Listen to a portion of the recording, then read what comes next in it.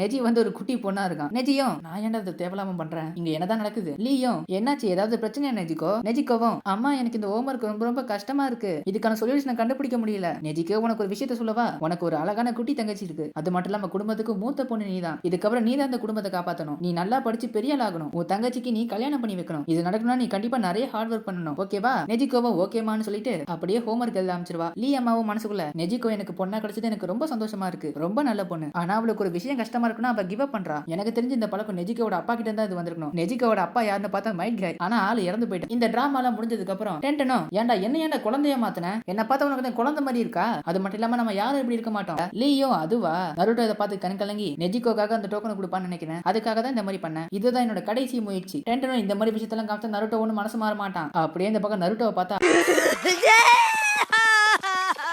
Full video link டைட்டிலுக்கு மேல இருக்கு. வீடியோவை செக் பண்ணி என்ஜாய் பண்ணுங்க.